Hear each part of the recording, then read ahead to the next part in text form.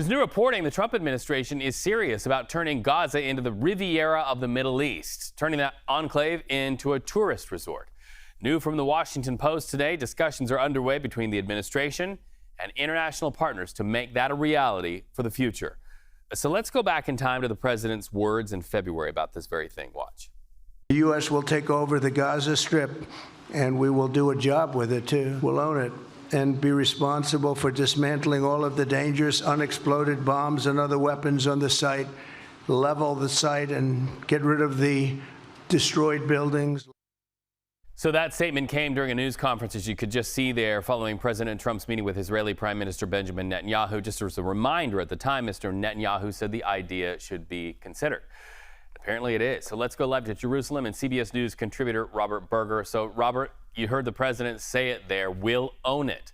Walk us through this plan as reported by the Washington Post journalists. Right. According to the Washington Post, Gaza would become a trusteeship run by the United States for the next 10 years. And the idea is to create a tourism and high-tech hub along the Mediterranean.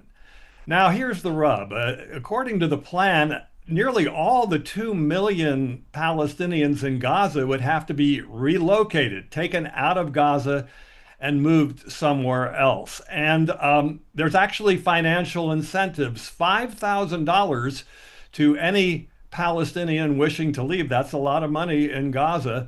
And also rent covered abroad for the next 4 years. One thing that isn't clear is where all of these Palestinians would go. One thing that in the report says that it would not be the United States.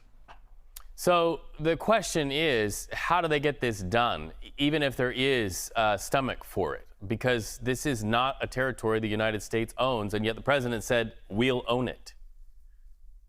Yeah, implementing this is going to be very difficult. I mean, moving 2 million people out of Gaza, but already a huge portion of the Gaza population has already been displaced.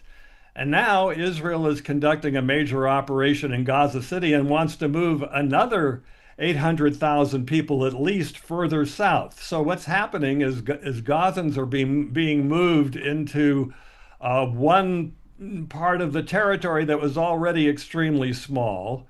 And then if and when the war ends, they would have to be moved somewhere else.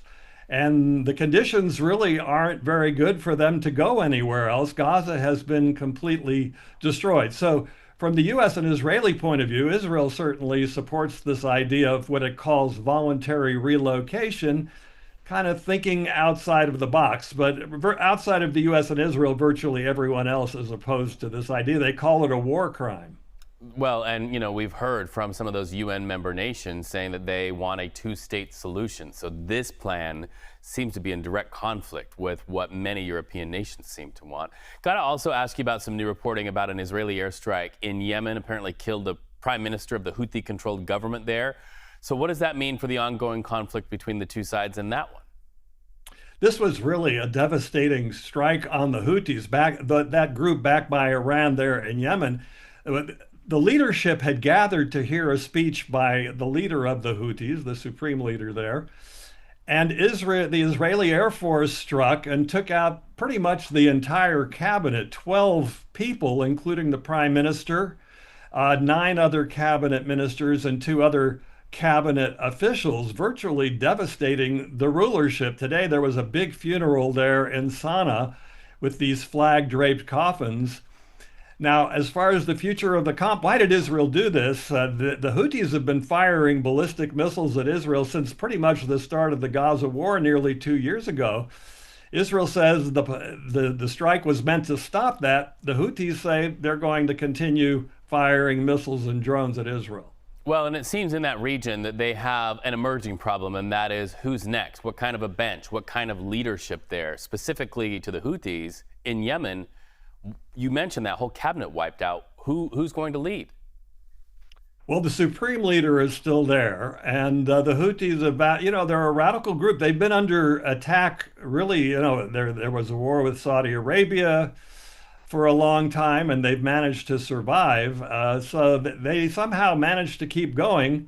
and they haven't been deterred attacking ships in the Red Sea. But yeah, certainly this was a devastating blow. All right. Robert Berger, always great to talk to you. Thank you so much for making Thanks. time for us there in Jerusalem. You be well.